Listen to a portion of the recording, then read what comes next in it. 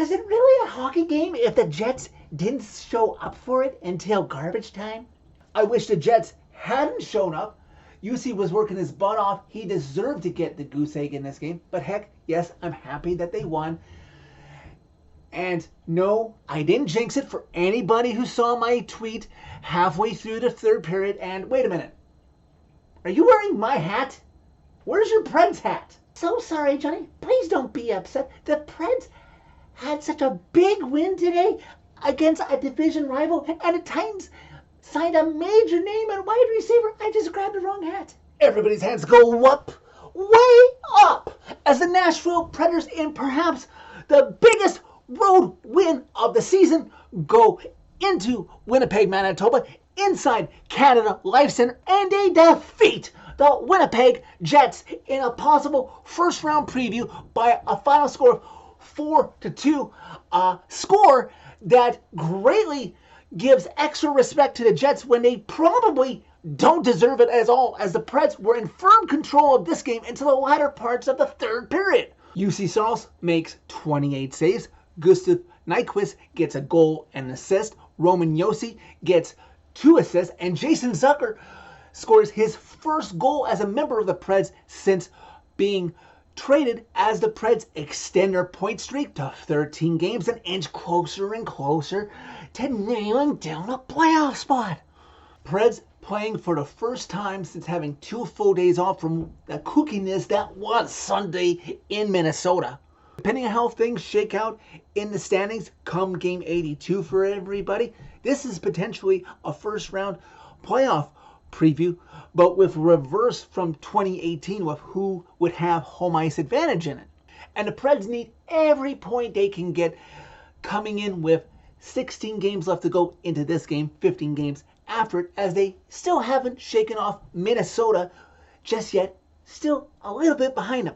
These two teams appear up for the challenge as they have each recorded 3 shots apiece 3.5 minutes into the game. Jets would receive their first power play of the game just over 4 minutes into the game itself, as Jeremy Lauzon would get called for high-sticking former Predator Nito Niederreiter. Perhaps a sign of things to come in this game, because the Preds defend well, especially Ryan O'Reilly, and the power play expires, and the Preds defenders did a great job. The Jets recorded 0 shots in that initial power play. Shortly after the kill, the Preds would get inspired and motivated from it. About 6.5 into the first, you've got a stretch pass from the Preds zone from Roman Josi all the way to Gustav Nyquist, and he has a 2-on-1 coming in the Winnipeg zone on Hellebuck. Gustav thinks like he's going to pass to Phil Forsberg, but he keeps it, tricks out Hellebuck, beats him off a shot. Preds open a scoring up 1-0. Even UC got in on the fun that was that goal because he got a secondary assist on it. But 8.5 into this game, the Preds and Jets trade chances at one point. The mellow on one end is stopped by Saros, and then a sweet pass to, of all people, Michael McCarron in front, and Connor Hellebuck stops him. Preds, to their credit, are not content to just sit on a 1-goal lead. They're taking all the Jets can give them, which isn't much early, and the Preds are giving it right back to them. We fast forward to the latter part of the first period. Preds working hard, doing the things that they should do for a road game, and they would get rewarded for their effort. As we're up to just about 5.5 left to go in the first period, Preds in the Jets zone. Roman Josi gets the puck, and he gets a sweet pass over to Keith Sherwood, of all people, who gets the shot off right away as soon as Josi sets him up, beats Connor Hellebuck. Preds, amazingly on the road, are up on the Jets 2-0. With the assist on Keith Sherwood's goal, that is 50 assists for the season for Roman Josi, his second season in his career of getting 50 assists in a Preds uniform. The only other person to have 2 seasons with 50 or more assists was Paul Kariya, his 2 seasons with the Preds. Newly called up Spencer Stastny, that everyone has been waiting to see if certain trades had been made by the deadline, but Fabro's injury allowed Spencer Stastny to return from Milwaukee, and shortly after the Preds took a 2-0 lead, he plays great defense to cut away a Jets beautiful opportunity to cut into the Preds lead, and the 2-0 lead remains intact. It's over a minute left to go in the first period. UC Saros isn't going away without being tested, and he is putting down everything the Jets are throwing at him so far. Final seconds tick down, something I certainly wasn't expecting the first period of this road game. The Preds looking good, looking strong, up 2-0 on the road in Winnipeg after 20 minutes. In the second period, the Preds and the Jets pick up where they left off in the first period. First, you've got Luke Schenn with a great shot look that's tipped wide by Forsberg, and then the Jets come down the other way, and a great blocker save by UC Saros.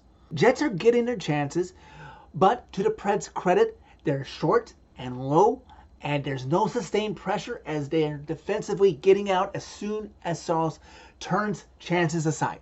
The Preds and Jets reach the halfway point of the second period. The Preds getting an extended lead in the shot clock. Shortly after, the Jets get away with pinning Forsberg behind the Jets' net so he can't get out front for any tip shots. It's like, last time I checked, I thought that was interference. The Jets get a penalty anyways, thankfully. But hey, let's compartmentalize that for the rest of the season. The other team's best score, just pin them against the boards behind Saros, and you won't get called for interference. That's how it's supposed to work, right, NHL?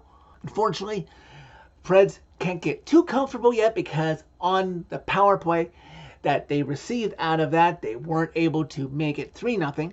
Shortly after that, one of the few chances the Jets would get in the second period, Mason Appleton comes down to Saros' left, is able to wrap himself behind the net, but UC stretches out perfectly with his right pad and prevents Appleton from tucking in the puck. Josh Morrissey would again get called for holding Michael McCarron's stick. Preds can't extend the lead. Final minute of the second period, Preds still defending the Jets well, giving them very little zone time before they get the puck right back out into the neutral zone and maybe a rush the other way. Final seconds finally tick down in the second period, and wouldn't you know it, this is a sign for those who didn't watch the game but probably saw the box score that things were going the Preds' way, as they only led the Jets 2-0 after 2 periods, but they were out shooting the Jets 29-17. That's a near perfect road game 40 minutes in. And this is me as the third period is starting, just 20 more minutes, just 20 more minutes, just 20 more minutes until you can breathe until the game on Saturday. 20 more minutes until the 2 points. Come on, boys. The Preds must have had some great motivating words or something said in the locker room going into the third period, because just about 90 seconds into the third period, when everybody is still fresh from being in the locker room, Preds into the Jet zone, coming in close to Connor Hellebuyck. Of all people, Gustav Nyquist has the puck and he drop passes it to Philip Forsberg, who snaps it past Connor Hellebuyck. Preds look really comfortable now. 3-0 Preds. Philip Forsberg's 34th of the season. That man is on his way to 40. Oh, but we're not done yet, Preds fans. Don't sit down, because 20-something seconds later, Preds on the attack again into the Jet zone, flying around as Colton Sissons sets up his new line mate, Jason Zucker, in down low, goes backhand in tight past Hellebuyck. Preds up 4-0. It's Frosty time once again on his amazing point streak. The Preds are on. About 3 minutes into the third period, Keith Sherwood, a little bit too aggressive in Connor Hellebuyck's kitchen, gets called for goalie interference. But to their credit, the boys are like, Keither, next time, calm down a little bit. We got your back. And they do, and they kill it off. About 12 minutes left to go in this game. One of the few blemishes to this point in this game, Alex Athau gets a clean-cut breakaway on UC Saros, and he is denied. And it's at this point I'm like, I tweet out, and this is where I don't think I jinxed it. This team wins or loses or it gets the shutout on their skill alone. I was like, come on, boys, he's earned it. Get this man the 0. I didn't say the word, I said the 0. So the fact that they didn't get it to him is not my fault, so nobody get upset at me in the mentions. Saros down on his stomach, about 11 minutes left to go in regulation, making another great save. We've got over 8 minutes left to go in regulation now. Preds trying to usher this game to the finish line, get it 2 points, get no major injuries, no whammies. And I must have jinxed the injury part, I will admit, because They didn't show it on the Sportsnet feed, but I heard about it on Twitter that on the Bally feed they showed that Spencer Stastny left the game favoring his shoulder. No word yet as of recording of this video what his situation is. Hopefully he's okay and the Preds don't have to call up another player from Milwaukee or heaven forbid play Tyson Barrie. Just under 7 minutes left to go in regulation. Jets look to have scored even though the refs, for some reason, follow me here, wave it off when Dylan for the Jets takes a shot that's tipped in by Alex Iafallo in front. They're thinking at first that it was a high stick, so they wave it off. The refs and the linesmen confer, and they say it's a goal. So, and then they go and review it anyways before either Rick Bowness or Andrew Burnett is forced to challenge it. They say that upon review, it's a goal. There's really nothing that Andrew Burnett can challenge for. Yes, he can risk trying to fight for his goalie to get the shot out, but he risks putting the Jets on the power play, which we'll see later, ends up hurting the Preds anyways, so he keeps it at a 4-1 Preds lead without challenging it. Last quarter of the game now, as the minutes and seconds tick away, Jets back to what they were before the lucky tip, which was not really a threat against the Preds, as they're just content to kill this game off and get it to 0-0. Jets would proceed to hit a post behind Starles, and with about 2.5 left to go in the third period, Rick Bowness would pull his goalie. So the Jets would get the extra man because with about a minute 52 left to go in regulation, Gustav Nyquist would go off for hooking. Preds keep the Jets at the sideboard, not allowing them any real good chance at first to get a puck out front for a tip or some sort of a setup. Trying to maybe get the puck and break up a pass so they can get the 5th goal, but they're not able to. Unfortunately, though, the Jets would get another one with about 15 seconds left to go in regulation. It's Appleton, makes it 4-2 Preds. But to the Preds' credit, that is all they would get. Thankfully for those 2 insurance goals from the majority game controlled by the Preds. Preds ultimately, rather than garbage time if you don't count it, really, they're cruised in this one. And the final score, they win a huge game on the road. Final score 4-2, extending the point streak to 13 games. Wow, like, I totally thought the Preds had a fair chance to go into Winnipeg today and get to 2 points, but I didn't see him doing it in such a lopsided game. Props to the Jets for keeping it respectable in the last few minutes of this game, and that's the only nice things I'm going to say about them in this game.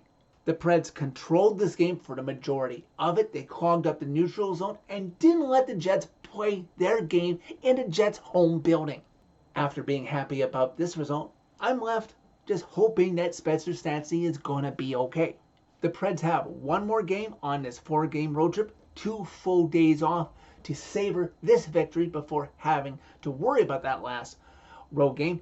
A team that they also should win, who's well below them trying to fight for a playoff spot, someone they can help put a little closer to out of their misery. They'll be in Seattle on Saturday. As for the out-of-town scoreboard, I would actually argue that things went the Preds' way in this game because by the Blues defeating the Kings in regulation, with the Preds winning, they keep their lead on the Blues, and with the Kings losing, that actually helps gain them an advantage if the Blues fall out of the 2-3 matchup in the Pacific into a wild card, that perhaps the Preds can hang on to that first wild card spot. And if there's any chance at all that the Preds might be able to catch the Avs for the 3rd spot in a 2-3 in the Central, the Canucks are kind of doing the Preds a favor, winning 2-0 right now after the first period at the current time I'm recording this. But hey, keep your eyes on the out-of-town scoreboard tomorrow and Friday. Just because the Preds aren't playing doesn't mean there's not hockey going on that affects the Preds' playoff chances. So that's it for this video. Thank you very much for watching. As always, click a like if you like this video. Click subscribe if you really like it. You can find my social media and interact with me during every Preds game by clicking on the channel name. Tell all your friends about Redemption and tell them that there's plenty of room on the bandwagon if they want to get a good seat now as this team keeps chugging and chugging and chugging along to the playoffs.